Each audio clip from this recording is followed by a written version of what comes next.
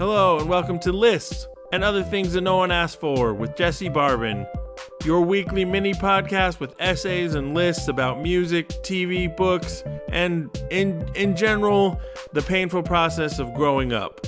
Thank you for tuning in. All right, for your listening pleasure, a definitive ranking of all the months, ranked worst to best, starting with January. January just got over, and I'm relieved because January is my least favorite month, easily. It's cold, dark gray, nothing really happens. Everyone is cold and sad and coming off the holidays. I've always really disliked winter, but I guess as the earth heats up, maybe I'll miss these cold gray months. The next worst month is August, because nothing really happens in August either. The fun parts of summer are over, and now it's just hot. One August day, I tweeted something to the effect of, "August is the January of summer months." And I admit that's a dumb tweet, but everyone knows social media is a quantity, not quality game, and I'm just trying to push out this free content until somebody decides to pay me to make content. Shortly after I tweeted that, I saw one of my favorite comedians had retweeted it, and I was excited, but when I looked closer, she had just quote tweeted my dumb tweet and said, "This is what men are tweeting about today." I am dumb and clueless from time to time, I admit, but I felt that to cherry pick my August tweet and hold it up as an example of how dumb and clueless men are was unfair. I still like that comedian, and while it is not eloquent, I stand by the tweet. August is a very boring and uninteresting month, just like January.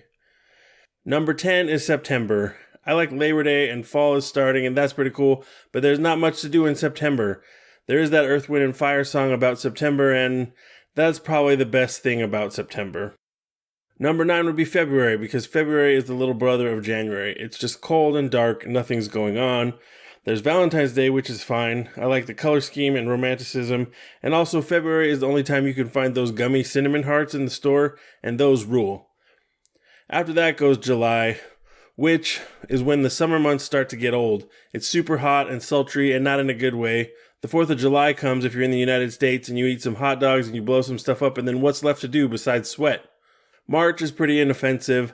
The weather is starting to get good. There's St. Patrick's Day and then March Madness, which I don't totally get, but I do enjoy making brackets and seeing them get busted immediately because I know literally nothing about basketball. Sometimes the University of New Mexico or New Mexico State University will make it into the playoffs, and that's cool because it's fun to have a home team to root for, even if they're terrible and never make it past the first round. June is when summer is good and fresh and new, and there are lots of blue skies, and everybody is feeling good.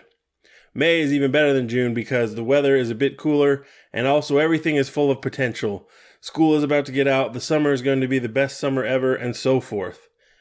December for me is a toss-up because I like the holidays, but they are so much work. I celebrate Christmas and I like to get time off from work. The kids are out of school for better or worse, and I get to spend time with my immediate family. However, I get queasy in December because it feels like the jaws of capitalism are really closing in around me, and all the traditions and fun things associated with Christmas are just ways to pump money into the economy, and that takes some of the fun out of it. In November, the weather is still pretty good, and I like Thanksgiving because it is a state-sanctioned eating holiday. It is the premier eating holiday, where there's not much more to it than food. What are the sides going to be? What is there to drink? Who's making what? Is Uncle Brennan going to bring tofurkey, and how do we feel about that? I've talked a lot about turkey being overrated, and I think it's a weird meat to place at the center of our national holiday. It's very dry, and why we eat it is a mystery to me. I think at some point in history, turkey must have angered somebody powerful, and they were like, "Look, turkey, on the 4th Thursday of every November, we're going to kill all you freaks, and to add insult to injury, we're going to put a bunch of breadcrumbs straight up your turkey hole." April is the second best month. It's great because spring is sprung. The weather is pretty good. It's not too hot and it's not too cold. The flowers are blooming. I really have no notes for April. Also, I like buying Cadbury cream eggs, and this is the only time you can get them. And ready for the number one month.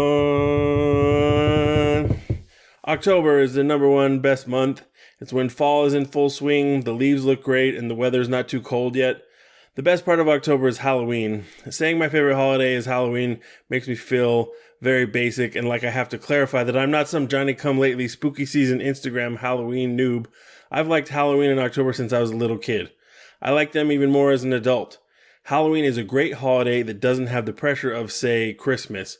You don't have to buy any gifts or mail anything. Extended family doesn't generally come and visit for it. You can just dress up if you want to or don't. You should participate in some eating of candy. That part is important.